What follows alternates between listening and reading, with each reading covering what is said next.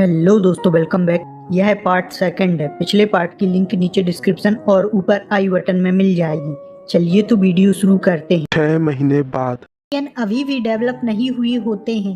भले ही तांगसन जुआन टियानगोंग की प्रैक्टिस नहीं कर सकता है, लेकिन वह उसकी मेथड से गुजर सकता है जिससे वह हेवन और अर्थ की एनर्जी को फील कर सके, जो उसकी बॉडी को पावरफुल बना सकती है, जो कि लगभग तांगसन ने पहले ही दिन से शुरू कर दिया था। और तांगसन ने पहली बार इस दुनिया को अपने स्पिरिचुअल नॉलेज से देखा तो हैरान हुआ। तांगसन ने पाया जहाँ एक इंसान हम्बल डॉग की तरह है, वहीं यहाँ का ऑरा रिच और स्कैरी है। कुल मिलाकर यहाँ पर स्पिरिचुअल एनर्जी की भरमार है।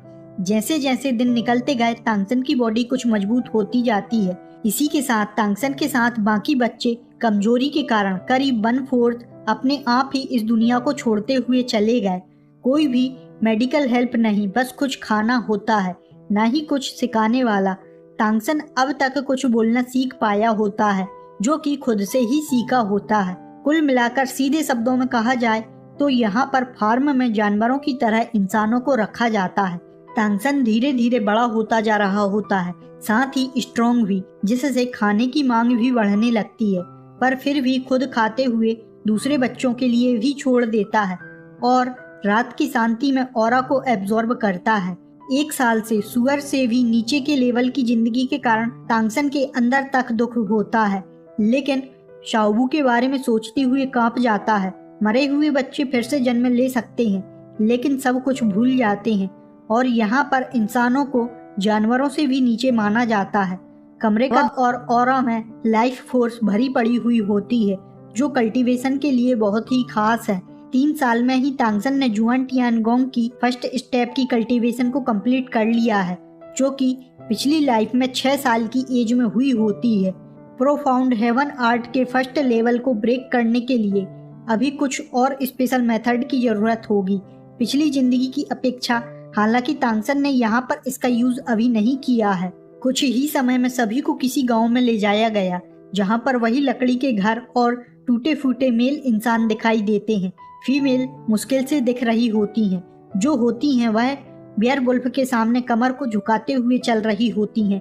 बेयरवुल्फ चिल्लाया होता है, ये छोटे सौवक तुम्हें सौंप दिए जाएंगे, इन्हें ले लो। तांगसन हैरान था, वह इंसानों की दुनिया में वापस आ गया।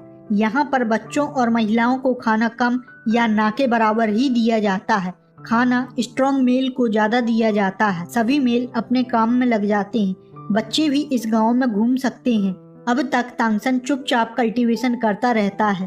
उसी के साथ अब तक तांगसन 6 साल का हो जाता है। वहीं मेडिसिन की कमी और भूखे के कारण 1/3 बच्चे इस दुनिया को छोड़ देते हैं। यहाँ रात में भयानक ठंड होती है, लेकिन ठंडी हवा में स्पिरिचुअल एनर्जी की भरमार होती है। इसी बीच तांगसन रात रात में प्रैक्टिस करता रहता है। अब तांगसन का मिस्टीरियस जेड हैंड भी दिखाई देने लगा था। इसी के साथ केवल 6 साल की उम्र में जुआन टियानगोंग की 3rd स्टेप की प्रैक्टिस कर चुका होता है। यह कुछ ऐसा था जो तांगसन ने अपने पिछले जन्म में भी नहीं सोचा था। हालांकि हेवनली स्किल की अभी भी कमी होती है। अपनी पिछली जिंदगी के बारे में सोचते हुए तांगसन ने गहरे जंगल में जाने का फैसला किया होता है, क्योंकि गांव की अपेक्षा जंगल में ऑरा अधिक होता है। अभी तांगसन को नहीं पता होता है वह इस दुनिया में मार्शल स्पिरिट को जगा भी सकता है या नहीं, लेकिन जब तक वह प्रोफाउंड स्काई टेक्निक के साथ पावरफुल हो सकता है, क्योंकि आम इंसान को इस ऑरा को एब्जॉर्ब करने का नॉलेज ही नहीं है, जिसके कारण वह केवल गुलाम बन सकता है। जंगल काफी ज्यादा घना होने के कारण ऊपर का लाइट नीचे किसी मूनलाइट की तरह ही दिखाई देता है। साथ ही यहाँ पर पेड़ पौधों से फीके ब्लू कलर की फ्लैश निकल रही होती है, जो काफी अजीब होती है। तांगसन लगातार पर्पल प्यूपल टेक्निक मतलब पर्पल डीमोन आई की प्रैक्टिस धीरे धीरे करता रहता था, जिससे वह अभी जंगल में देख सकता है। तभी तांगसन की कुछ दूर सामने एक फिगर नीचे गिरते हुए दिखाई देता है। जब तांगसन ने ध्यान से देखा तो वह मुखौटा पहना हुआ इंसान होता है, लेकिन वह कोई साधारण व्यक्ति नहीं हो सकता। अभी तक तांगसन ने कुछ भी नहीं देखा, जिससे तांगसन हैरान हो जाता है। वह इंसान अभी घायल होता है। तांगसन बाहर जाने वाला ही था, तभी कुछ हलचल के साथ एक वुल्फ डीमोन दिखाई देता है। यहाँ पर पावर ही सब कुछ होती है। साधारण इंसान की कोई रैंक नहीं होती है, लेकिन वुल्फ डीमोन जन्म के साथ फर्स्ट लेवल, एडल्ट होने पर कम से कम सेकंड लेवल और सबसे पावरफुल थर्ड लेवल होता है। जबकि टॉप पर कौन होगा इसका तांगसन को अभी पता नहीं होता है।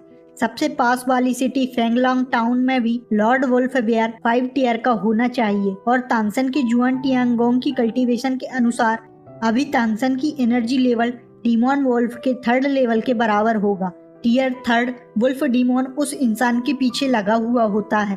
तांगसन ने साफ साफ देखा होता है। वह व्यक्ति अपने बचाव के लिए अचानक कुछ मुड़ते हुए उसके हाथ और पंजे बाहर निकलते हुए दिखाई देते हैं। एक प्रकार से ह्यूमन वेयरवुल्फ ही समझ लो।